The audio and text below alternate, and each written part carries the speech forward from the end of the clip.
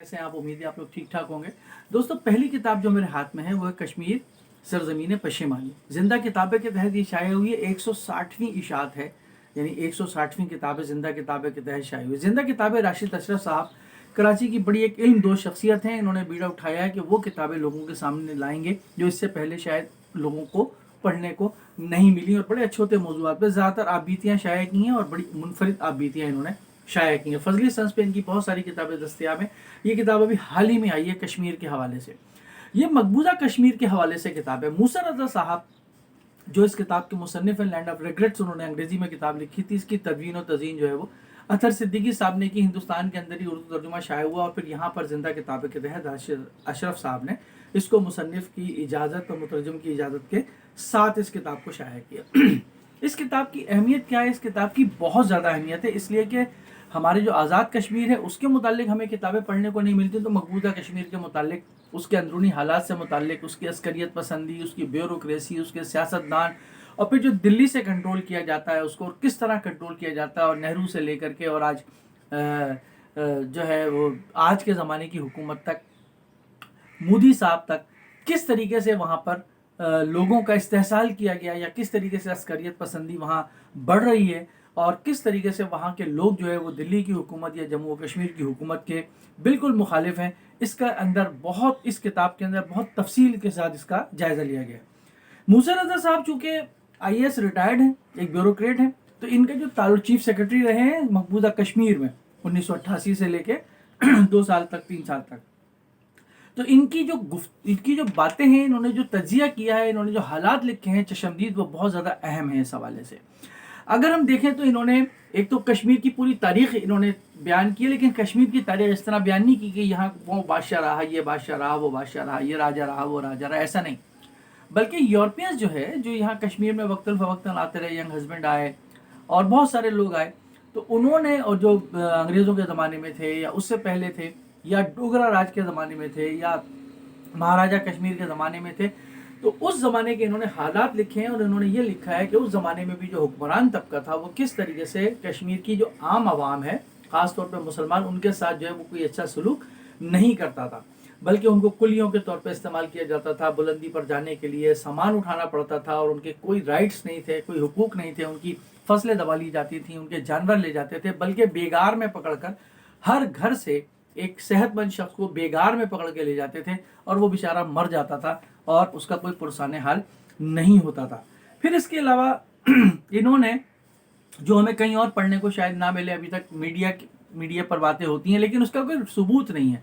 मूसा रज़ा साहब की इस किताब के अंदर हमें ये पता चलता है कि पाकिस्तान के लिए हिमायत बहुत ज़्यादा है मकबूजा कश्मीर के अंदर, और इन्होंने इसकी बड़ी दिलचस्प एक वजह लिखी है। इन्होंने ये कहा है कि कश्मीरियों के बारे में ये कहा जाता है कि ये बड़े बुज़दिल हैं, ये तो हर जुल्म को कबूल कर लेते हैं। तो इन्होंने ये लिखा है कि ऐसा नहीं है।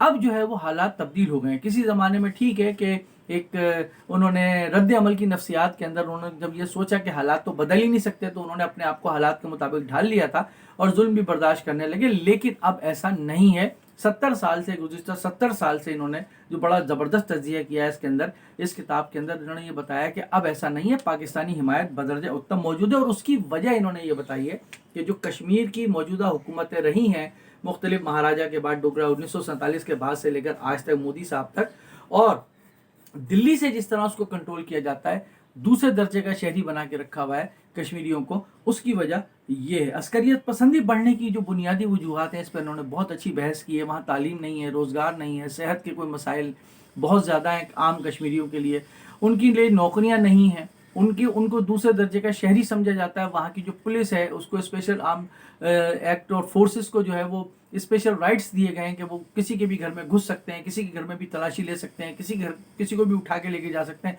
इन्होंने कई वाक़यात तो खुद अपने दौर के लिखे हैं और मुशाहिदाती लिखे हैं कि किस तरीके से गवर्नमेंट को बताए बगैर, वहाँ की जम्मू कश्मीर की हुकूमत को बताए बगैर भी, वहाँ की जो आर्म फोर्सेस जो है जो डिप्लॉय हैं वहाँ पर हैं, पुलिस है और रेंजर्स, जो आर्मी वगैरह है, वो किस तरीके से लोगों के घरों में घुस के उनको किस तरह बेइज्जत करती है। सख्त सर्दी के अंदर पूरे गांव को, पूरे इलाके को जो है वो बाहर बिठा दिया जाता है रात को 2 बजे 3 बजे तक, सुबह फजर तक, और वो नौजवानों को ले जाते हैं, उन गोलियां मार देते हैं और नहर के करीब गोलियां मार देते हैं ताकि नहर में लाश बह जाए और उनको मिले भी नहीं। इन्होंने बहुत ज़बरदस्त तरीके से उसको लिखा है।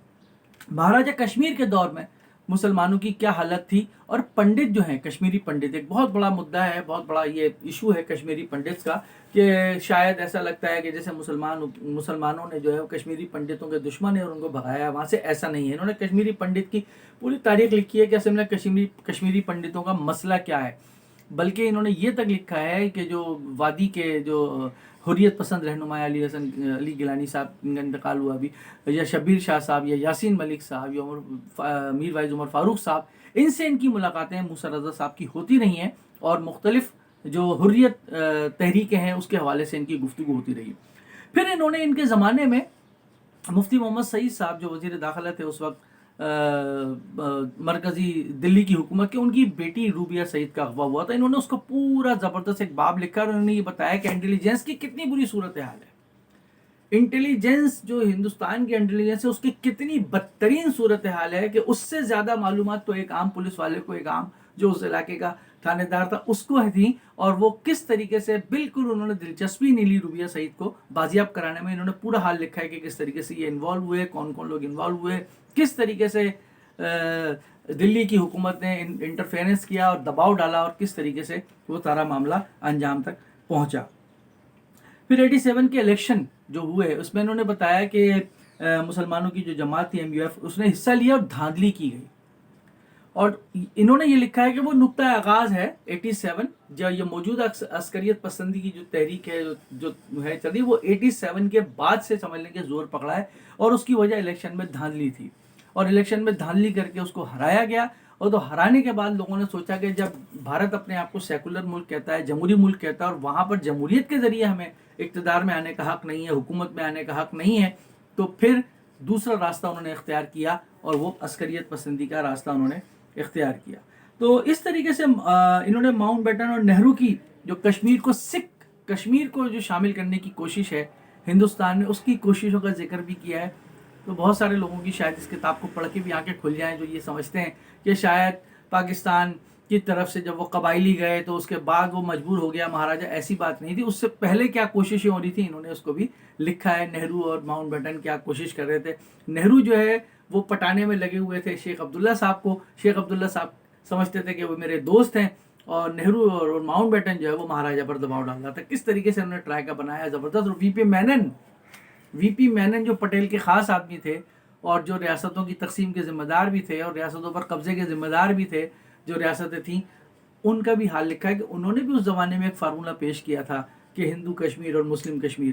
تو بہرحال یہ کتاب بہت ہی زبردست کتاب ہے, کشمیر سرزمین پشیمانی. اور میں راشد ارشد صاحب کو مبارکباد دیتا ہوں کہ اتنی اچھی کتاب جو مقبوضہ کشمیر کے اصل حالات, میڈیا نہیں, پروپیگنڈا نہیں, اصل حالات ہمارے سامنے لاتی ہے. اور خود کس کے قلم سے, وہ موسیٰ رضا صاحب کے قلم سے, جو خود ایک مسلم تو ہیں لیکن یہ سابق چیف سیکرٹری ریاست جموں و کشمیر ہے. مترجم سعد بن ضیاء ہے. تدوین و تزیین اطہر صدیقی صاحب ہے. اہتمام و پیشکش راشد اشرف صاحب. 890 روپے اس کتاب کی قیمت ہے, اور تقریباً 298 صفحے کی یہ کتاب ہے. فضلی سن سے دستیاب ہو جائے گی. بہترین کتاب ہے کشمیر کے حوالے سے, مقبوضہ کشمیر کے حوالے سے. اگر آپ بہترین کتاب پڑھنا چاہتے ہیں, اصل حقائق پڑھنا چاہتے ہیں, یہ کتاب آپ ضرور پڑھیے. امید ہے کہ آپ یہ کتاب ضرور پڑھیں گے.